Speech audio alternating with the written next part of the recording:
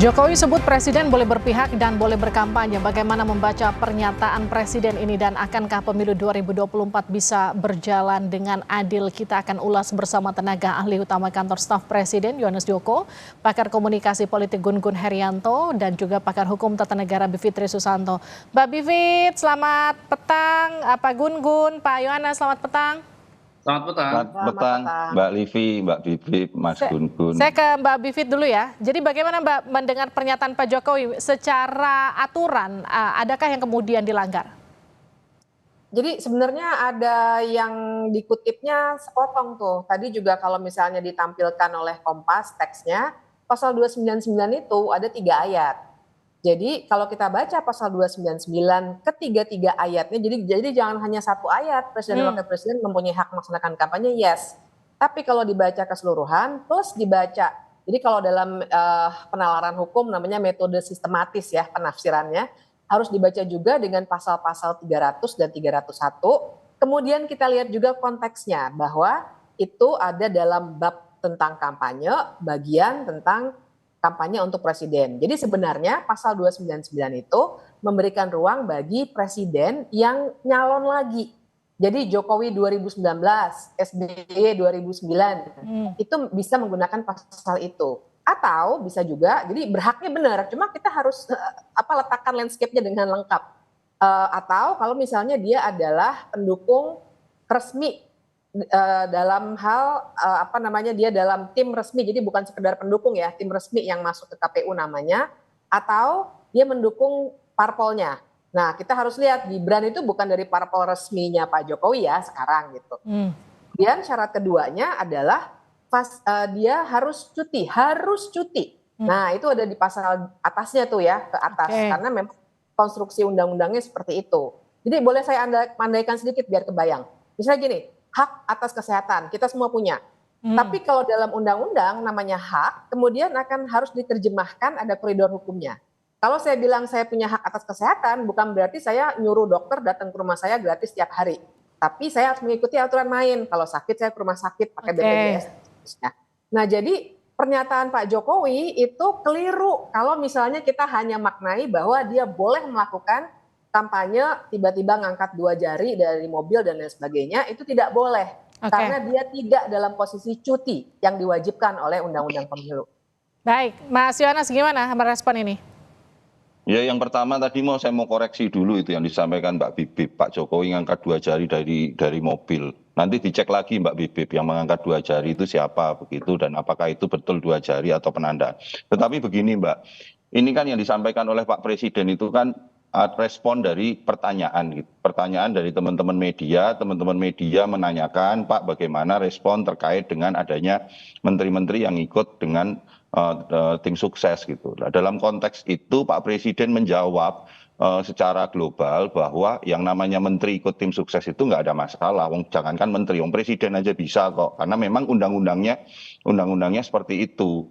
Persis tadi yang disampaikan oleh Mbak Bivitri bahwa dalam pasal 299 Undang-Undang Nomor 7 2017 memang ada tiga hal yang dibolehkan untuk mengikuti kampanye, presiden dan wakil presiden, kemudian pejabat negara yang merupakan anggota parpol ataupun pejabat negara yang dia ikut tim kampanye, dia ikut dalam kandidat dan juga pelaksana kampanye. Artinya sebenarnya kita juga harus fair, harus lebih jernih gitu menjelaskan kepada publik, tidak melakukan satu framing seolah-olah bahwa presiden melakukan kampanye saat ini. Tidak, yang disampaikan oleh Bapak Presiden itu jelas sekali, dan apa yang disampaikan ini kan juga kita harus melihat bahwa yang dilakukan juga itu sebenarnya ketika pemilu 2004, 2009 dan 2019 presiden yang sedang menjabat itu juga melakukan kampanye loh. Kampanye bagi dirinya sendiri dan juga kampanye bagi partainya. Itu juga sudah ada begitu loh. Momen-momen seperti itu gitu. Artinya kita ajak masyarakat untuk melihat ini secara lebih jernih lah, tidak membawa dalam sebuah polemik yang akhirnya justru malah kontraproduktif gitu. Oke, saya ke Pak Gun-Gun dulu. Pak Gun-Gun, kalau dari sisi komunikasi politik ini kemudian disampaikan meskipun kalau memang faktanya ini menjawab pertanyaan wartawan seperti yang tadi disampaikan Pak Yohanes, tapi juga kan faktanya juga ini disampaikan di samping cawapres meskipun saat itu berdirinya Pak Prabowo sebagai Menhan. Apakah ini dalam komunikasi politik ini satu bentuk dukungan secara langsung dari seorang Joko Widodo kepada Prabowo Subianto? Jadi begini, memang membaca pesan komunikasi politik itu kan nggak bisa dilepaskan dari konteks ya. Maksud saya ini memang konteks yang sangat riskan bagi Pak Jokowi sebagai presiden loh ya. Kenapa? Karena saya bilang riskan, di situ ada kandidat calon presiden yang sedang berada di gelanggang pertarungan saat ini. Itu yang pertama menjadi riskannya. Kemudian yang kedua, pernyataan itu pasti akan stimulus respons. Ketika misalnya wartawan memberi stimulus dan Pak Jokowi memberi respons, dan responsnya potensi untuk menjadi polemik ketika kemudian memosisikan dirinya. Kalau berhenti pernyataannya itu pada yang ditanyakan oleh wartawan, yaitu soal menteri, mungkin tidak akan seramai ini gitu. Ini kan menjadi backfire pada Pak Jokowi dan tentu istana yang harus menjelaskan Mas Joko seperti sore ini. Karena pernyataan itu kemudian nambah, dan tambahan pernyataan itu kan disampaikan oleh Pak Jokowi ya.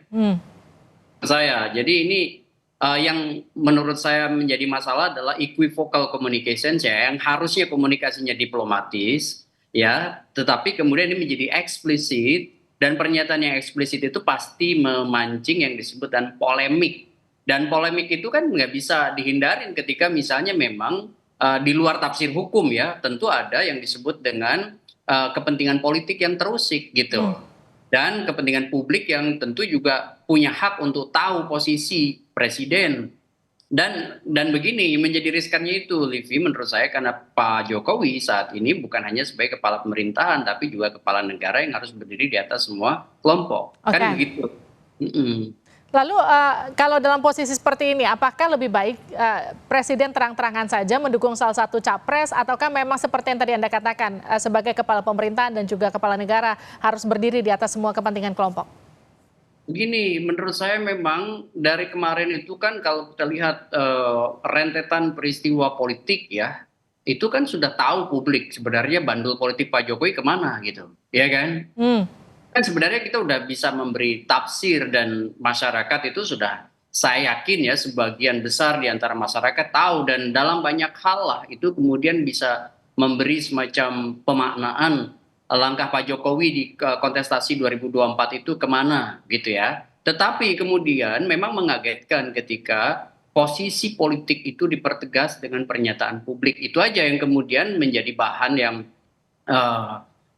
bahan kritik ya dari banyak pihak, terutama misalnya menurut saya yang paling penting itu adalah karena ini akan punya dampak psikopolitis ya pada pihak yang kemudian juga terpengaruh dengan pernyataan Pak Presiden begitu, misalnya soal bagaimana netralitas aparat dari pusat hingga daerah, kemudian mana misalnya posisi TNI, Polri, ASN, kemudian yang berkali-kali diingatkan oleh Pak Presiden juga untuk berada dalam posisi netral. Baik. Itu pertanyaan untuk Mas Yohanes, bagaimana kemudian memisahkan apa yang diutarakan Pak Presiden itu tidak merupakan instruksi bagi kemudian jajaran di bawahnya untuk satu iring, satu irama dengan Presiden? Enggak lah Mbak, kalau kami kan di KSP selama ini kan juga tahu begitu situasinya, tahu bagaimana kondisinya yang kami alami. Misalnya kami, kalau di KSP itu kan dibanding dengan pilar-pilar istana yang lainnya, paling banyak non-ASN itu sebenarnya di KSP. Kalau kita mau berpolitik praktis itu sebenarnya teman-teman di KSP itu memungkinkan gitu. Tetapi dalam kondisi itu kita yang di KSP itu saat ini betul-betul berjalan bahwa ada netralitas yang harus dijaga, kemudian ada imparsial yang harus tetap dipertahankan dalam kerja-kerja kita secara profesional. Inilah yang kami yakini Mbak, bahwa sebenarnya apa yang disampaikan oleh Bapak Presiden kemarin itu kan sebenarnya penegasan, Mbak. Penegasan dari sebuah undang-undang yang selama ini memang sudah tidak ada masalah dengan undang-undang itu. Tetapi bahwa apakah undang-undang itu nantinya akan digunakan oleh Bapak Presiden secara terbuka atau tidak, ya kita tunggu saja waktu yang akan menjawab begitu. Nah, Mbak Bivit, gimana soal bicara dari penerapan undang-undang tersebut yang tadi juga sempat diutarakan Mbak Bivit, ada beberapa aturan yang mengikat, harus cuti, harus terdaftar sebagai tim kampanye. Jika memang ini diteruskan, bagaimana langkah seharusnya? Jadi begini, saya biasanya memang mau menjawab secara normatifnya itu sebagai pembuka. Karena kita nggak akan bisa berhenti di level normatif. Saya bisa paham orang-orang seperti Mas Joko yang bekerja di KSP ataupun yang harus membela di partai-partai politik pendukung koalisi 02 harus berargumennya secara normatif. Kita bisa paham itu. Tapi makanya kita harus angkat ke situasi yang tadi Mas Gun-Gun sudah sampaikan. Kita melihatnya, warga begitu melihat Pak Jokowi mengatakan hal seperti itu, tidak bisa tidak akan membaca makna-makna simboliknya juga. Apalagi tadi ya bersebelahan dengan Pak Prabowo, dan jangan lupa ada konteks nepotismenya yang warga tuh sudah banyak yang sebenarnya mengkritik meskipun tidak semuanya berani secara vokal. Tapi mereka kompas moralnya sudah benar bahwa ini ada yang salah nih. Jadi begitu Pak Jokowi bilang begitu, makin wah gila nih. Apalagi tadi ada saya lihat videonya bagi-bagi bansos depan Istana Presiden dan lain sebagainya. Nah kedua, kalau pertanyaannya adalah bagaimana mengawasinya, memang akan sangat sulit jadinya. Karena pertama, kalau memang mau fair, lakukan seperti yang dulu-dulu dilakukan ketika mereka sebagai petahana, mereka tuh maksud saya Pak Jokowi maupun Pak SBY. Pak SBY waktu itu bagus sekali. Waktu itu dia cuti, kemudian dia sampaikan secara publik mau kampanye kemana saja dan seterusnya misalnya. Silakan lakukan itu. Jadi kita bisa mengecek. Tapi yang kedua juga sebenarnya itu dilakukan karena waktu itu Pak SBY maupun Jokowi 2019 itu kan karena mereka maju sebagai capres. Ya. Kalau dalam konteks sekarang dia membela anaknya, sebenarnya juga ada soal luber jurdil atau keadilan elektoral yang harus kita persoalkan. Ya, karena dia sebenarnya itu bukan parpolnya, dia bukan tim resminya, jadi kapasitasnya sebagai apa? Nah disitulah kemudian pengawasannya akan jauh lebih sulit dan juga kita sudah mulai bisa mengkategorikan itu semua sebagai pelanggaran hukum sebenarnya yang bisa mempengaruhi suara secara terstruktur dan sistematis juga karena sudah menggunakan jabatan. Baik, Mbak. terima kasih Mbak Fitri Susanti sudah bergabung di Sapa Indonesia Malam. Terima kasih juga Pak Gun-Gun Herianto, terima kasih juga Mas Yohanes Joko yang pasti netralitas pemerintah mulai dari pusat sampai kemudian ke daerah itu harus dilaksanakan untuk menjaga keadilan pemilu nanti ketika terjadi 14 Februari mendatang. Terima kasih sudah bergabung di Sapa Indonesia Malam.